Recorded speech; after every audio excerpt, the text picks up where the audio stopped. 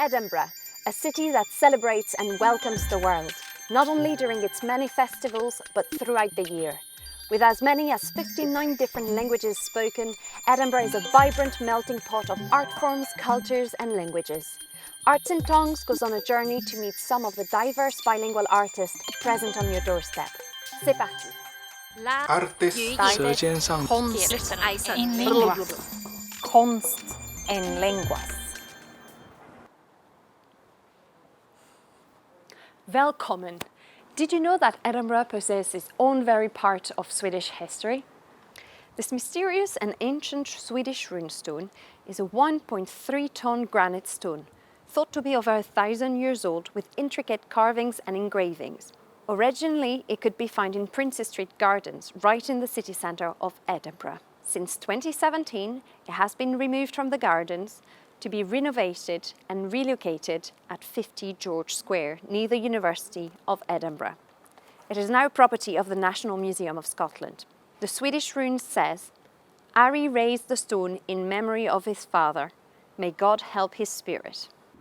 Let's ask our guest artist of the day, Jessica Gaitan Johannesson, about all things Swedish that Edinburgh has to offer. Hey Jessica! Hey! Is it true that some Swedish words resemble Scots language? Definitely. I think there was a lot of connection between Scotland and the Scottish Isles and Scandinavia. So there are words like barn, Swedish barn, bairn, or hus as well. Hej, mitt namn är Jessica Gaitan Johannesson. Mina två modersmål är spanska och svenska. För jag är halvsvensk och halvcolombian.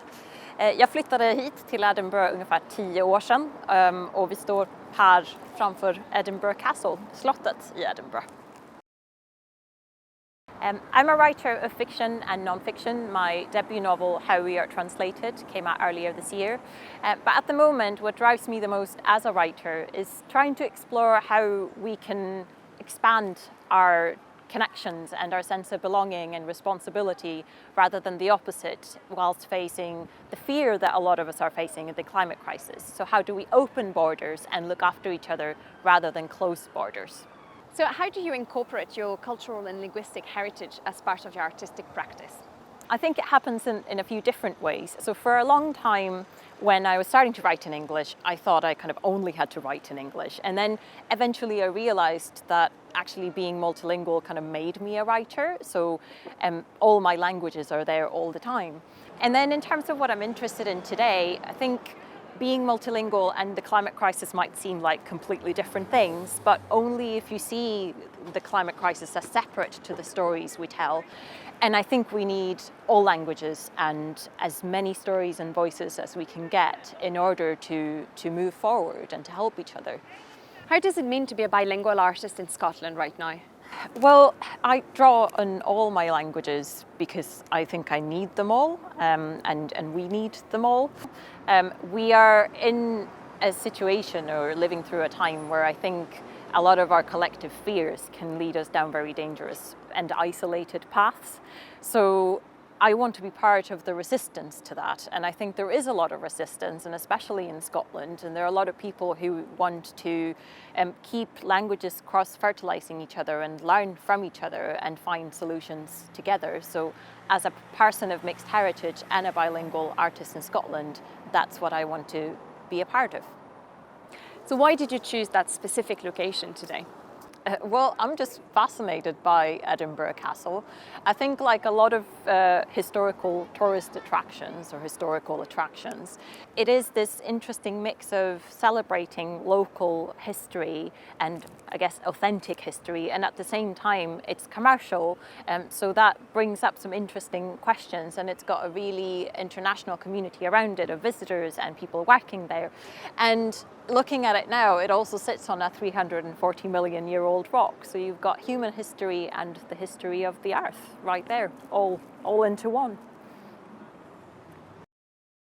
So what would be your advice for young learners learning a foreign language, or even children being born in multilingual families who want to be a bit more playful or creative with words and languages?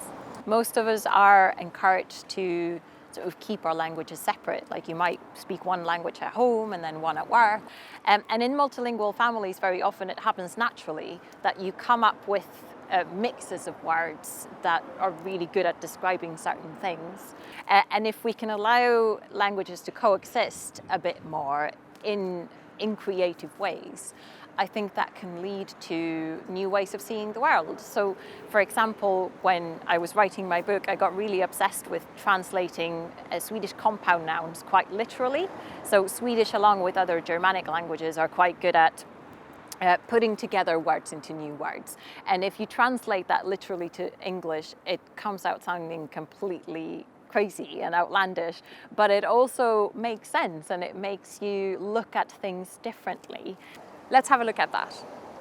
For example, the word in Swedish for turtle is sköldpadda, which literally means shield toad. And so you'd imagine that at some point someone saw a turtle and thought it looked like a shield toad. Or the Swedish word for strawberry, which is jordgubbe, literally means old man of earth.